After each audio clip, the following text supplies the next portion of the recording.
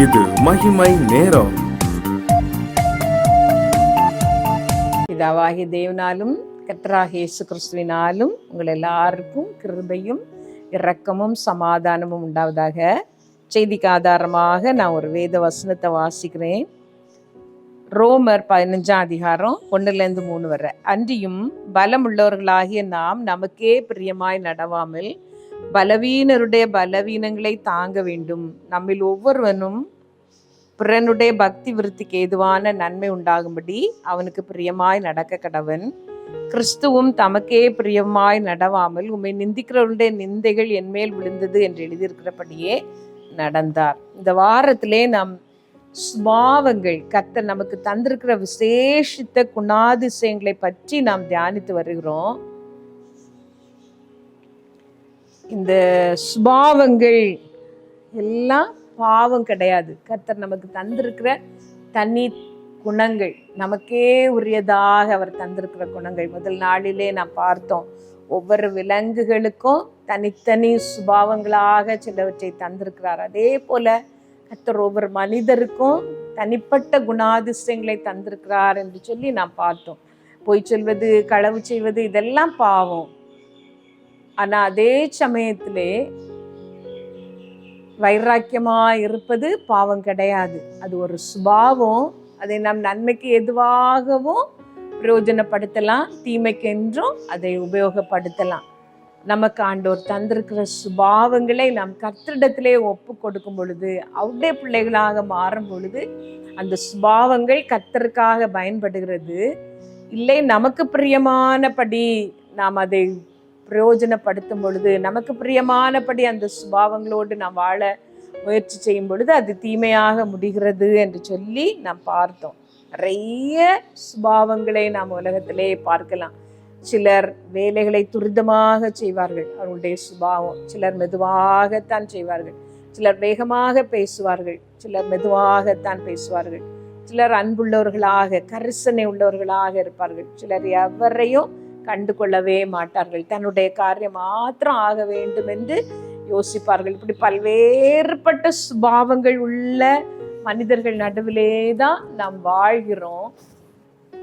இந்த உலகத்திலே நாம் மனிதரோடு உள்ள உறவிலே நாம் கவனமாக இருக்க வேண்டும். ஏனென்றால் மனிதரோடு நமக்குள்ள இடர்பாடுகள் கர்த்தரோடு உள்ள உறவையும் அது பாதிக்கும். நம்மில் அன்பு கூறுவது போல நாம் மற்றவரிடத்திலே அன்பு கூறாவிட்டால் காணாத தேவனிடத்திலே நீ எப்படி அன்பு கூறுவா என்று வேதம் நம்மிடத்திலே கேட்கிறது.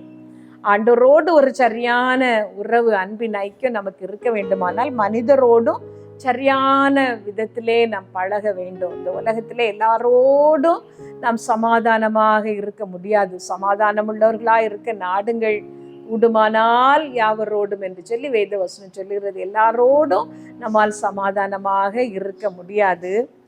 ஆனாலும் எல்லாரோடும் நாம் வாழ வேண்டியது இருக்கிறது. ஆங்கிலத்திலே ஒரு பழமொழி உண்டு, birds of the same feather flock together.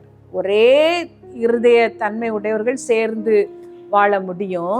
அதே சமயத்தில் வேறுபட்ட குணங்கள், நமக்கு எதிரடையான குணங்கள் உள்ளவர்களோடு நாம் வாழ்க்கை நடத்த வேண்டுமானால், அவர்களோடு கூட நாம் வேலை செய்ய வேண்டுமானால் அது நமக்கு கடினமாக இருக்கிறது. ஆனாலும் அதிலே நாம் ஜெயமுள்ளவர்களாக இருக்க வேண்டும். அதனால்தான் இயேசு கிறிஸ்து நமக்கு சொன்னார், மனுஷர் உங்களுக்கு எவைகளை செய்ய வேண்டும் என்று விரும்புகிறீர்களோ அவைகளை நீங்களும் அவர்களுக்கு செய்யுங்கள். நம்முடைய கஷ்டங்களில் எல்லாம் மற்றவர்கள் நமக்கு உதவ வேண்டும், கரிசனையோடு நம்மை விசாரிக்க வேண்டும் என்று நாம் விரும்புகிறோமானால் நாம் மற்றவர்களை விசாரிக்கிறவர்களாக, மற்றவர்களுக்கு உதவுகிறவர்களாக நாம் இருக்க வேண்டும். எவரையும் கண்டு கொள்ளாமல் நாம் நமக்காகவே வாழ்ந்துவிட்டு மற்றவர்கள் நமக்கு உதவுவார்கள் என்று சொல்லி நாம் எதிர்பார்க்க முடியாது. வேதத்திலே நாம் வாசித்த இந்த வசனம் சொல்லுகிறது, கிறிஸ்துவும் தமக்கே பிரியமாக நடவாமல் தம்மை நிந்திக்கிறவர்களுடைய நிந்தனைகள் தன்மேல் விழுந்தது என்று சொல்லி மற்றவர்களுக்கு பிரியமாக வாழ்ந்தார் என்று வேதத்துல வாசிக்கிறோம். பவுல் சொல்லும் பொழுது, நான் எல்லாருக்கும் எல்லாமானேன், எல்லாரையும் ஆதாயப்படுத்தும்படிக்கு எல்லாரையும் ஆண்டவருக்குள்ளே கொண்டு வரும்படிக்கு நான் யூதருக்கு யூதனை போலவும் கிரேக்கருக்கு கிரேக்கரை போலவும் ஆனேன் என்று சொல்லி வேதவசனம் சொல்லுகிறது. நமக்கும் அது தெரிய வேண்டும். நாங்கள் இப்படிதான் இருப்போம், மற்றவர்களை நாங்கள் மதிக்க மாட்டோம், எங்கள் வழிக்கு அவர்கள் வர வேண்டும் என்று நினைத்தால் நமக்கும் மற்றவர்களுக்கும் உள்ள உறவு சரியாக இருப்பதில்லை. அதே சமயத்திலே மற்றவர்கள் செய்கிற எல்லாவற்றிற்கும் நாம் உட்பட வேண்டும், அவர்கள் சொல்வது போல எல்லாம் நடக்க வேண்டும் என்று சொல்லி நாம் பிரயாசப்பட்டாலும் பாவம் செய்கிற சூழ்நிலைகள், அவர்கள் செய்கிற பாவங்களுக்கும் நாம் உடன்பட நேரலாம். கர்த்தர் நமக்கு இந்த காரியத்திலே நமக்கு ஞானம் தர வேண்டும். விவேகத்துடன் நாம் வாழ கர்த்தர் நமக்கு உதவி செய்ய வேண்டும். இந்த செய்தியை கேட்கிற நீங்கள் மனிதர்களுடைய குணாதிசயங்களினால், மனுஷருடைய ஜென்ம சுபாவங்களினால் பாதிக்கப்பட்டவர்களாக இதை நீங்கள் கேட்கிறீர்களானால் உங்களுடைய சுபாவங்களை எல்லாம் ஆண்டுடைய கரத்திலே ஒப்பு கொடுத்து, ஆண்டவரே எனக்கு எப்படி போக என்று தெரியவில்லை, எனக்கே பிரியமாக நான் வாழும் பொழுது இந்த காரியங்களிலெல்லாம் நான் கஷ்டப்படுகிறேன், உம்மை போல வாழ எனக்கு பலன் தாரும் என்று கேளுங்கள். 1 பேதுருவிலே நான் நினைக்கிறேன் ஒரு வசனம், திவ்ய சுபாவம் என்று சொல்லி ஒரு வசனம் சொல்லப்பட்டிருக்கிற 2 பேதுரு 1:4 திவ்ய சுபாவத்திற்கு பங்குள்ளவர்களாக நாம் மாற வேண்டும் என்று சொல்லி. அது என்ன திவ்ய சுபாவம்? இயேசு கிறிஸ்துவை போல வாழ்கிறது தான் திவ்ய சுபாவம். திவ்ய சுபாவத்தை அவர்தான் நமக்கு வெளிப்படுத்தினார். தமக்கு பிரியமாக அவர் நடக்கவில்லை, அடிமையின் ரூபம் எடுத்தார், தன்னைத்தான் தாழ்த்தினார். அவர் மகா உன்னதராய் இருந்தோம் தன்னுடைய வான மகிமையெல்லாம் துறந்து இந்த உலகத்திலே நமக்காக தன்னுடைய ஜீவனையே கொடுக்கிற அளவிற்கு அவர் தன்னை தாழ்த்தினார். அவருடைய திவ்ய சுபாவத்திற்கு அவர் அன்பாகவே வாழ்ந்தது போல, அவர் போகிற இடத்துல எல்லாம் இருளில் இருக்கிற ஜனங்கள் வெளிச்சத்தை கண்டார்கள். அவர் தொட்ட எல்லாரையும் அவர் சுகப்படுத்தினார். அவரிடத்திலிருந்து ஒரு சமாதானம் வந்தது. அதெல்லாம் இயேசு கிறிஸ்துவின் திவ்ய சுபாவங்கள். நம்முடைய வாழ்க்கையிலையும் அவருடைய திவ்ய சுபாவங்கள் வெளிப்பட வேண்டுமானால் நாம் செய்ய வேண்டும் என்று வேத வசனம் ஒரு காரியத்தை சொல்லுகிறது. அவரை அறிகிற அறிவினாலே நாம் இந்த சுபாவங்களுக்கு பங்காளிகள் ஆகிறோமா.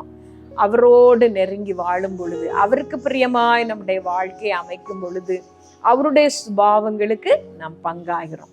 இந்த நாளிலே ஆண்டுடைய சமூகத்திலே உங்களை ஒப்பு கொடுத்து ஜெபிப்பீர்களா? அந்த ஒரு வாரமும் இந்த தொடர் செய்திகளை நீங்கள் கவனமாக கேட்டீர்கள் என்று நான் நம்புகிறேன். உங்கள் சுபாவம், உங்கள் ஜென்ம சுபாவங்கள் எல்லாம் கர்த்தருக்கு பிரியப்படும்படி உங்களை ஒப்பு கொடுங்கள். உங்களுடைய சுபாவம் திவ்ய சுபாவமாய் மாறும்படி, அவரை போல இந்த உலகத்துல நாம் மாறும்படி, அவர் வெளிப்படும் பொழுது அவருக்கு ஒப்பாயிருக்கிற அந்த கிருபையை நாம் பெற்றுக்கொள்ளும்படி ஆண்டுடைய சமூகத்திலே உங்களை தாழ்த்தி கேட்பீர்களா? எங்கள் நல்ல தகப்பனே, இந்த நல்ல நாளிலே நாங்கள் உண்மை துதிக்கிறோம்.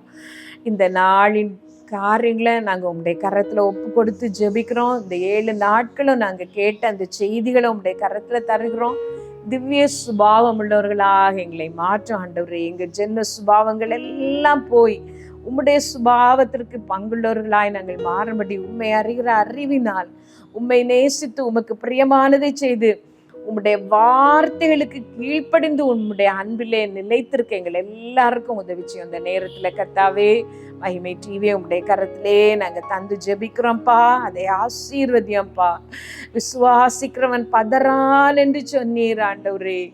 இயேசப்பா, எல்லா காரியத்திலேயும் உம்முடைய பலன் உம்முடைய பிள்ளைகளுக்கு கிடைக்க, அந்த டிவியை நடத்துகிறவர்களுக்கு கிடைக்க நாங்கள் ஜெபிக்கிறோம். இதன் மூலமாக கர்த்தருடைய வல்லமை வெளிப்பட நாங்கள் ஜெபிக்கிறோம். பலத்த அற்புதங்கள் நடக்கட்டும் ஆண்டவரே. பெரிய காரியங்களை செய்யும் இயேசப்பா. அநேகர் இதனால ஆசீர்வதிக்கப்படட்டும். அநேகருக்கு பிரயோஜனமுள்ள ஒரு சேனலாக இதை நீர் மாற்றும் ஆண்டவரே, மாற்றும் இயேசப்பா. கர்த்தாவே, எல்லா தேவைகளையும், பண தேவைகள் முதற்கொண்டு இயேசப்பா எல்லா தேவைகளையும் நீர் சந்திக்க நாங்கள் ஜெபிக்கிறோம். உடைய விசேஷித்த அபிஷேகம் இதில் இருக்கட்டும். மிகுதியாகிறது இனி போதும் என்று மோசே சொன்னது போல மீதி எடுக்கத்தக்கதான கிருபைகளை எல்லா காரியத்திலையும் நீர் கட்டளையிடும் இயேசப்பா. அப்பிரயோஜனமான ஊழியக்காரி செய்ய வேண்டிய கடமையை மாத்திரம் செய்திருக்கிறேன் ஆண்டவரே. இதனால் வருகிற சகல துதியும் கனமும் மகிமையும் ஒருவருக்கே உண்டாகட்டும். இயேசு நாமத்துல கேட்கிறோம். எல்லா மகிமையும் உமக்கு செலுத்துறோம். ஜீவனுள்ள எங்கள் நல்ல பிதாவே, ஆமென்.